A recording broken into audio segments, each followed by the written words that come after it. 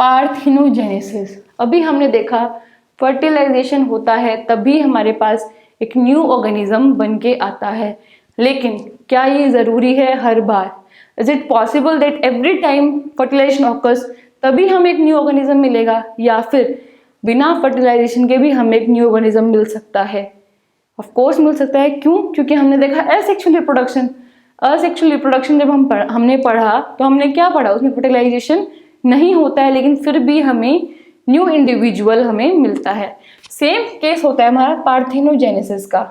Parthenogenesis में क्या होता है? इट इज अ प्रोसेस जहाँ पे जो फीमेल एग है हमारे पास, फीमेल एग क्या था हमारे पास? क्यों? हमने देखा था कि जितने भी गैमीट्स हैं वो क्या होंगे? हैप्लॉइड होंगे, वो एन होंगे। जो फीमेल एग जो बनता है वो without fertilization, there is no fertilization, there is no fertilization, without fertilization वो क्या बनाएगा? वो न्यू इंडिविजुअल बना देता है, वो बना देता है न्यू इंडिविजुअल। ऐसे प्रोसेस को हम बोलते हैं parthenogenesis. Parthenogenesis is a process where the female egg does not undergo the process of fertilization but yet results into the formation of new individual. उस प्रोसेस को हम बोलते हैं पार्थिनोजेनेसिस। क्या था हमारे पास? मेल और फीमेल का फ्यूजन होना था। मेल और फीमेल का फ्यूजन होगा तभी हमारे पास क्या होगा? नया इंडिविजुअल बनेगा। लेकिन पार्थिनोजेनेसिस एक अनयूजुअल केस है जहाँ पे फीमेल जो एग है वो फ्यूज नहीं करता मेल के साथ। वो क्या करेगा? वो खुद ही डेवलप करने लग जाएगा, वो धीरे धीरे खुद ही डेवलप हो जाएगा, खुद ही मैच्योर हो जाएगा। किसमें? एक न्यू इंडिविजुअल में। अब न्यू इंडिविजुअल जो कैसा होगा? एग अगर हमारे पास हैप्लॉइड था, जो न्यू इंडिविजुअल है वो भी हमारे पास क्या होगा? हैप्लॉइड होगा। अगर हमारे पास फीमेल जो एग है वो हैप्लॉइड है और कोई फ्यूजन नहीं हुआ, यानी कि कोई मेल गैमीट से फ्यूज नहीं हुआ, तो क्या होगा? न्यू इंडिविजुअल वो भी हैप्लॉइड होगा। ऑन द कॉन्ट्रास्ट, अगर हमारे पास ये मेल था एन और ये हमारे पास फीमेल था एन, अगर इनका फ्यूजन होता, जो इंडिविजुअल बनता वो क्या बनता? 2n। वो क्या बनता? हमारे पास डिप्लॉइड ऑर्गेनिज्म बनता। अगर मेल और फीमेल गैमेट्स का फ्यूजन होता, जो जाइगोट बनता हमारे पास, जो हमारे पास जाइगोट बनता वो बनता हमारे पास 2n का, यानी कि डिप्लॉइड। बट पार्थिनोजेनेसिस में हमारे पास क्या है? न्यू इंडिविजुअल भी हैप्लॉइड होगा क्योंकि फीमेल एग जो है वो हमारे पास हैप्लॉइड है और कोई फर्टिलाइजेशन का प्रोसेस नहीं हुआ है। इसका हमारे पास एग्जाम्पल है, इसका हमारे पास एग्जाम्पल है हनी बी, या फिर हमारे पास जो टर्की के जो टर्की बर्ड, टर्की एक टाइप का क्या है हमारे पास? बर्ड है। इनमें हमें क्या देखने को मिलते हैं? इनमें हमें पार्थिनोजेनेसिस देखने को मिलता है। जैसे कि ये हमारे पास क्या है? क्वीन बी है। This is the queen bee. Queen bee के पास क्या है? अब हमारे पास एग्स तो बनाएगी क्वीन, क्योंकि ये क्या है हमारे पास? फीमेल है। फीमेल क्या बनाएगी? एग बनाएगी। जो एग अगर फर्टिलाइज हो गया, if that egg is fertilized, तो क्या होगा हमारे पास? अगर वो एग फर्टिलाइज हो जाएगा, if that egg is fertilize, that means it will turn into diploid organism. वो एग क्या होगा? जाइगोट बन के क्या बनेगा? डिप्लॉइड। और फिर वो क्या बनेगा? फीमेल ऑफस्प्रिंग बनेगा, जो कि वर्कर्स हो सकती हैं या फिर क्वीन बन सकती है। जो अनफर्टिलाइज्ड एग जो बच गया वो क्या बनाएगा? Unfertilised egg bye the process of parthenogenesis, bye the process of parthenogenesis unfertilised egg जो है वो बनाएगा मेल ऑफस्प्रिंग, जिसको हम बोलते हैं drone, in case of honey bee. ठीक है, क्या था हमारे पास? फीमेल एग था जो कि फर्टिलाइजेशन नहीं था, यानी कि अनफर्टिलाइज्ड था। Unfertilized egg will form the male offspring by the process of parthenogenesis, जिसको हम बोलते हैं drone. This is the case of honey bees. ये हमारे पास केस आता है पार्थिनोजेनेसिस का। यहाँ पे हमारा फर्टिलाइजेशन कंप्लीट होता है और अब हम पढ़ेंगे हमारे पोस्ट फर्टिलाइजेशन इवेंट्स। हमारे पास क्या है पोस्ट फर्टिलाइजेशन इवेंट्स? फर्टिलाइजेशन हो गया है, उसके बाद क्या होगा? यानी कि ये हमारे पास मेल था, ये हमारे पास फीमेल था, ये हमारे पास क्या बन गया? जाइगोट बन गया इनके फ्यूजन के बाद, यानी कि हमारे पास जो सिनगेमी थी, सिनगेमी हमारी हो चुकी है, ये फीमेल और ये हमारे पास मेल गैमिट्स, ये हमारे पास जाइगोट बन गया। जाइगोट के बाद डेवलप करके हमारे पास क्या बनेगा, हमारे पास बनेगा एम्ब्रियो, हमारे पास क्या बनेगा, embryo. But in some cases post fertilization events में क्या होता है, जाइगोट बनता है ना, in some cases that means in some of the fungi and algae, कुछ फंजाई और कुछ एल्गी में क्या होगा, जाइगोट के अराउंड एक क्या आ जाएगी, थिक रेजिस्टेंट लेयर आ जाएगी, thick resistant layer is formed, layer is formed. कुछ टाइम के लिए क्या हो जाएगा, जाइगोट जो है वो रेस्टिंग पीरियड में चला जाएगा, जाइगोट जो है वो हमारे पास क्या होगा, रेस्टिंग पीरियड में चला जाएगा। This happens in the case of fungi and algae, ये हमारे पास होता है फंजाई और एल्गी के केसेस में।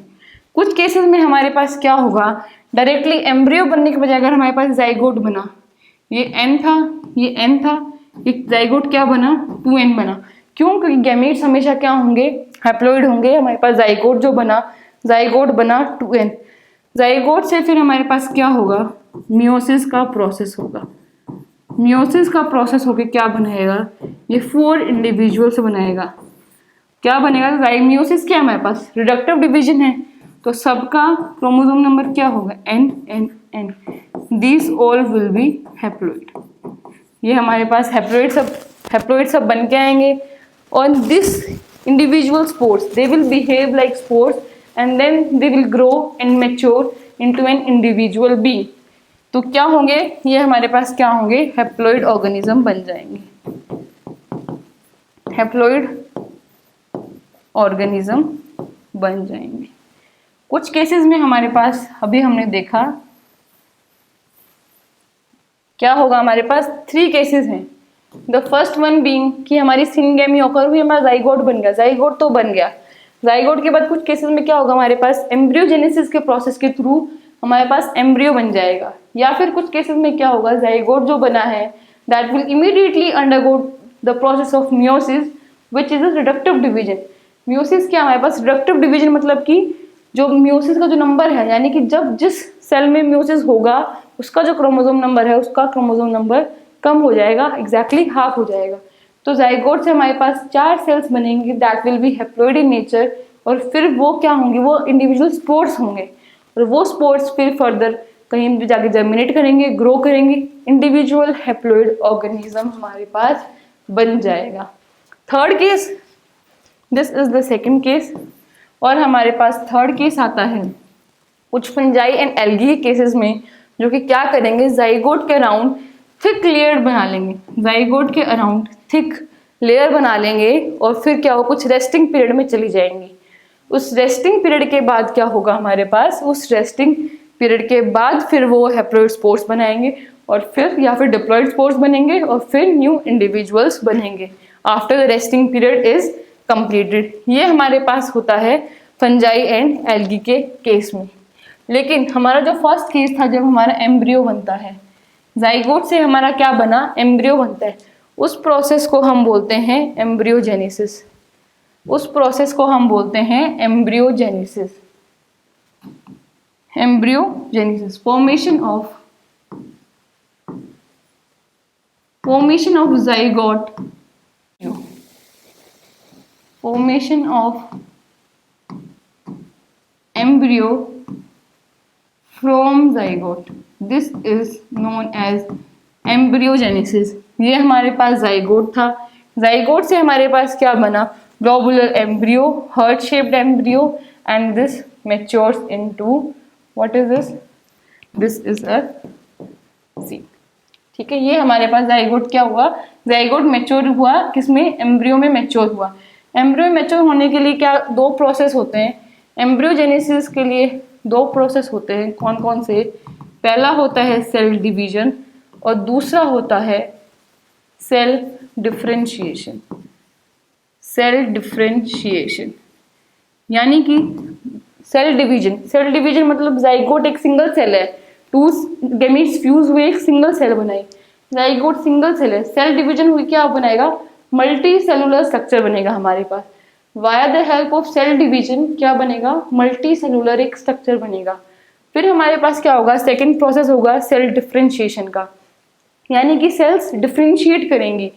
किस तरीके से डिफरेंशिएट करेंगी कि उनके अंदर ऐसा कोई स्पेशल स्ट्रक्चर्स या फिर वो इस तरीके से अपने आप को मॉडिफाई करेंगी कि कुछ स्पेशल उनमें फंक्शन आ जाए। जैसे कि यहाँ पे ही मल्टीसेलुलर स्ट्रक्चर बन गया, but these cells the radical cells ये क्या थी, यहाँ पे ही नॉर्मल सेल्स हैं, जाइगोट से एम्ब्रियो बनने की जो सेल्स हैं वो नॉर्मल सेल्स हैं, बट क्या हुआ, सेल डिफरेंशिएशन का प्रोसेस हुआ कि ये सेल्स स्पेशलाइज सेल्स बनी।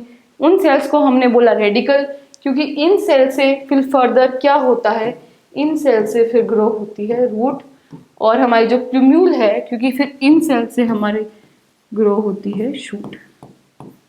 इसलिए हमने इन सेल्स को बोला कि ये अलग अलग सेल्स बनाता है, यानी कि सेल डिवीजन का प्रोसेस होगा और सेल डिफरेंशिएशन का हमारे पास प्रोसेस हमें देखने को मिलेगा, जो कि जाइगोट से क्या है, जाइगोट से एम्ब्रियो बनने का प्रोसेस है, and that process is known as embryogenesis. Embryogenesis उस प्रोसेस को हम बोलते हैं। अब हमारे पास केस आता है एनिमल्स का। Animals can be categorize into 2 parts. जब हमने इंटरनल फर्टिलाइजेशन पढ़ा था तब हमने टर्म्स पढ़ी थी ओविपेरी एंड विविपेरी। तो एनिमल्स को हम 2 पार्ट्स में डिफरेंशिएट कर सकते हैं, ओविपेरस एनिमल्स या फिर हम बोल सकते हैं विविपेरस एनिमल्स।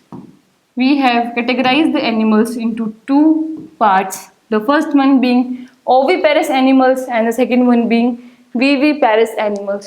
इसका मतलब क्या है, oviparous animals कौन से एनिमल्स होते हैं? oviparous animals वो एनिमल्स हैं जिनके अंदर क्या होगा, इंटरनल फर्टिलाइजेशन तो हो गया, अब उसके बाद क्या होगा, जो फर्दर डेवलपमेंट होगी उनके बच्चे की या उनके ऑफस्प्रिंग की, उनके प्रोजेनी की, वो फर्दर डेवलपमेंट उनकी बॉडी से बाहर होगी। द फर्दर डेवलपमेंट कहाँ होगी, will be outside their body. Further development कहाँ होगी, आउटसाइड देयर बॉडी। इसके एग्जाम्पल हैं जैसे कि रेप्टाइल्स और बर्ड्स, ये हमारे पास इसके 2 एग्जाम्पल्स हैं। एंड विविपेरी के तो हमारे पास जितने भी, हम ह्यूमंस का एग्जाम्पल ले लीजिए आप, ह्यूमंस या फिर एलिफेंट्स या फिर जिराफ, जो हमारे पास मैमल्स हम जनरली देखने को मिलते हैं, वो सारे क्या हैं, विविपेरस एनिमल्स हैं। ये ओविपेरस एनिमल्स क्या करते हैं, they generally they lay eggs and they give babies. इनकी प्रोजेनी को हम जनरली बेबीज बोलते हैं एंड इनको बोलते हैं हम एग्स। तो क्या होगा, ओविपेरस एनिमल्स क्या करेंगे, बाहर अपनी बॉडी से आउटसाइड जब अपने जाइगोट को रिलीज करेंगे, क्यों, फर्टिलाइजेशन तो क्या था, इंटरनल था, मतलब प्रोटेक्शन तो वो देंगे। तो यहाँ पे जब हमने बोला एग्स दे दिए, ले एग्स किए, मतलब कि बॉडी से बाहर हो गया, तो बाहर क्या वो प्रोटेक्शन फिर चली जाएगी, नहीं, बाहर क्या होगा, उनकी जो जाइगोट होगा, उनका जो फर्दर प्रोजेनी होगी, उसके अराउंड क्या होगी, एक कैल्शियस सेल बनेगी। जैसे कि आपने अंडा देखा होगा, अंडे के बाहर जो शेल है वाइट कलर की, that shell is for the protection. वो जो शेल है वो प्रोटेक्शन के लिए है कि ओविपेरस एनिमल्स की जो फर्दर प्रोजेनी है उसको प्रोटेक्ट किया जा सके, उसके लिए है। और विविपेरस एनिमल जैसे कि ह्यूमन बींग्स, जब बच्चा अडल्ट थोड़ा सा मैच्योर या फिर ऐसा हो जाए जब वो अपना खुद को सस्टेन कर पाए, ऐसा जब वो बन जाएगा वो प्रोजेनी, तभी वो बॉडी से रिलीज करेंगे। ऐसे एनिमल्स को हम बोलते हैं विविपेरस एनिमल्स। और जो एनिमल्स बॉडी से बाहर रिलीज कर देते हैं and then they hatch and then the further release of the progeny occurs, उसको हम बोलते हैं ओविपेरस एनिमल्स। ये हमारे पास मेजर डिफरेंस है ओविपेरस एनिमल्स में और विविपेरस एनिमल्स में। आप यहाँ देखिए, this is the egg, this is ovipary and this is an example of vivipary. ये जो एग थे, ये एग बाहर रिलीज हो गया, अभी इनकी जो प्रोजेनी है इनकी प्रोजेनी अभी बाहर रिलीज नहीं हुई है, but still these eggs are out of the body of the birds और we can say the reptiles. But animals के केस में क्या, एनिमल्स के केस में जब तक वो बेबी थोड़ा सा मेच्योर नहीं हो जाता कि वो अपना ब्रीथिंग, अपनी सारे प्रोसेस खुद कर पाए, तब तक तो ऐसे एनिमल्स को हम बोलते हैं ओवीपेरी एंड ऐसे एनिमल्स को हम बोलते हैं वीवीपेरी। मूविंग फॉरवर्ड, जब हम फ्लावर्स की बात करते हैं, when we talk about flowers, क्योंकि सेक्सुअल रिप्रोडक्शन हमें एनिमल्स और प्लांट्स में दोनों में पढ़ना है, इसलिए हम कंटिन्यूसली बात कर रहे हैं पहले एनिमल्स की फिर प्लांट्स की। अब ये देखिए आप, प्लांट्स में जाइगोट बन गया हमारा क्या था, हमने क्या पढ़ा था कि एंथर से पोलन ग्रेन्स आएंगे स्टिग्मा पे, एंथर से हमारा क्या होगा, पोलन ग्रेन्स आएंगे स्टिग्मा पे, फिर स्टिग्मा पे आने के बाद क्या करेंगे, they will move down and then they will reach to the ovary. ठीक है, हमारे पास ओवरी में क्या होते हैं, ovules. These orange coloured structures you can see, these are the ovule. हमारे पास क्या होगा, हमारे पास ओवरी है और ओवरी के अंदर हमारे पास क्या है, ओव्यूल्स हमारे पास प्रेजेंट हैं। तो हमारे पास जो पोलन ग्रेन आया, जाइगोट बना, वो किस में रीच होगा, वो रीच होगा ovule. That zygote will reach till the ovule. तो क्या होगा हमारे पास, जो जाइगोट की फॉर्मेशन होगी, जो एम्ब्रियो की फॉर्मेशन होगी, वो किसके अंदर होगी, वो होगी हमारी ओव्यूल के अंदर। You see in this diagram कि हमारे पास ओवरी है और ओव्यूल्स हैं। तो can we count the number of ovules, 1 2 3 4 5 and 5 on that this side. तो क्या होगा, हमारे पास 10 ओव्यूल्स प्रेजेंट है। Number of ovules is equal to number of seeds. अगर आपने कोई भी फ्रूट खाया तो आपको पता होगा किसी फ्रूट में क्या होगा, जिसकी आम है, आम में हमें क्या देखने को मिलता है, एक ही सीड देखने को मिलता है। And as when we compare it to watermelon, तरबूज, तरबूज में हमें बहुत सारी सीड्स देखने को मिलते हैं। इसका मतलब क्या हुआ कि नंबर ऑफ ओव्यूल्स जो है एक फ्लावर में, वो डिसाइड करते हैं कि नंबर ऑफ सीड्स जो हैं वो कितने होंगे किसी भी फ्लावर के अंदर। हमारे पास ओवरी होती है, ओवरी क्या बनाती है हमारे पास, ओव्यूल्स। अब ओवरी जो बच गई आउटर दिस लेयर, ओवरी बच गई, ये जो सीड जो होगा फिर फर्दर टर्न हो जाएगा फ्रूट में। तो ओवरी किस में टर्न होगी, हमारी ओवरी जो टर्न होगी, ओवरी टर्न होगी हमारी पेरिकार्प में। पेरिकार्प मतलब फ्रूट की आउटर लेयर, फ्रूट की जो आउटर लेयर होती है उसको हम बोलते हैं पेरिकार्प। जैसे कि आप देखिए, ये हमारे पास दो एग्जाम्पल्स हैं फ्रूट के। ये हमारे पास क्या है, ये हमारे पास सीड्स हो गए। ये जो सीड्स हैं, इन सीड्स के अंदर क्या है हमारे पास, these seeds contain the zygote और डेवलप होके क्या हो गया होगा, embryo. These seeds contain the embryo. Embryo में हमारे पास सब कुछ आ जाएगा, हमारे पास एम्ब्रियो होगा, रेडिकल, प्लूम्यूल, कॉटिलेडन्स, वो सब हमारे पास स्ट्रक्चर्स एम्ब्रियो में प्रेजेंट होंगे। Seeds contain the embryo. फिर ये हमारे पास आ जाती है हमारी फ्रूटी लेयर, ये हमारे पास बन जाता है हमारा फ्रूट। एंड जो पपीते की जो आउटर लेयर है, this outer layer, this is known as pericarp. ये फ्रूट की आउटर लेयर है जो कि कौन बनाता है, जो कि बनाती है ओवरी। ये है हमारे पास मटर, ये हमारे पास है मटर। मटर का आपने देखा होगा, ये जो बीज हैं, जो मटर के जो दाने हैं, वो मटर के एक्चुअली क्या है, seed and which contains the embryo. और मटर का जो आउटर छिलका, जो ग्रीन कलर का जो छिलका है, उसको हम बोलते हैं पेरिकार्प, जो कि क्या है, जो कि ओवरी से बनती है, जो कि हमारी ओवरी से बनती है। तो यहाँ पे हमारा क्या है, यहाँ पे हमारा सेक्सुअल रिप्रोडक्शन खत्म होता है। तो हमारा जो क्लास 12th का एनसीईआरटी का जो फर्स्ट चैप्टर है, रिप्रोडक्शन इन ऑर्गेनिजम्स, वो हमारा यहाँ पे खत्म हो जाता है। इस क्लास में हमने पढ़ा हमारी सेक्सुअल रिप्रोडक्शन के मेथड्स और sexual reproduction in flowers, in plants and in animals. ठीक है, ये हमने कवर किया। आने वाली क्लासेस में हम हमारा कवर करेंगे sexual reproduction specifically in flowering plants and will go into more details कि कैसे एम्ब्रियो किस टाइप से बनता है, कैसे क्या प्रोसेस होता है, पोलिनेशन कितनी कितनी तरह से हो सकता है, कंपेटेबिलिटी इश्यूज क्या है, वो सब हम हमारी आने वाली क्लासेस में पढ़ेंगे। So thank you so much and keep learning, keep studying.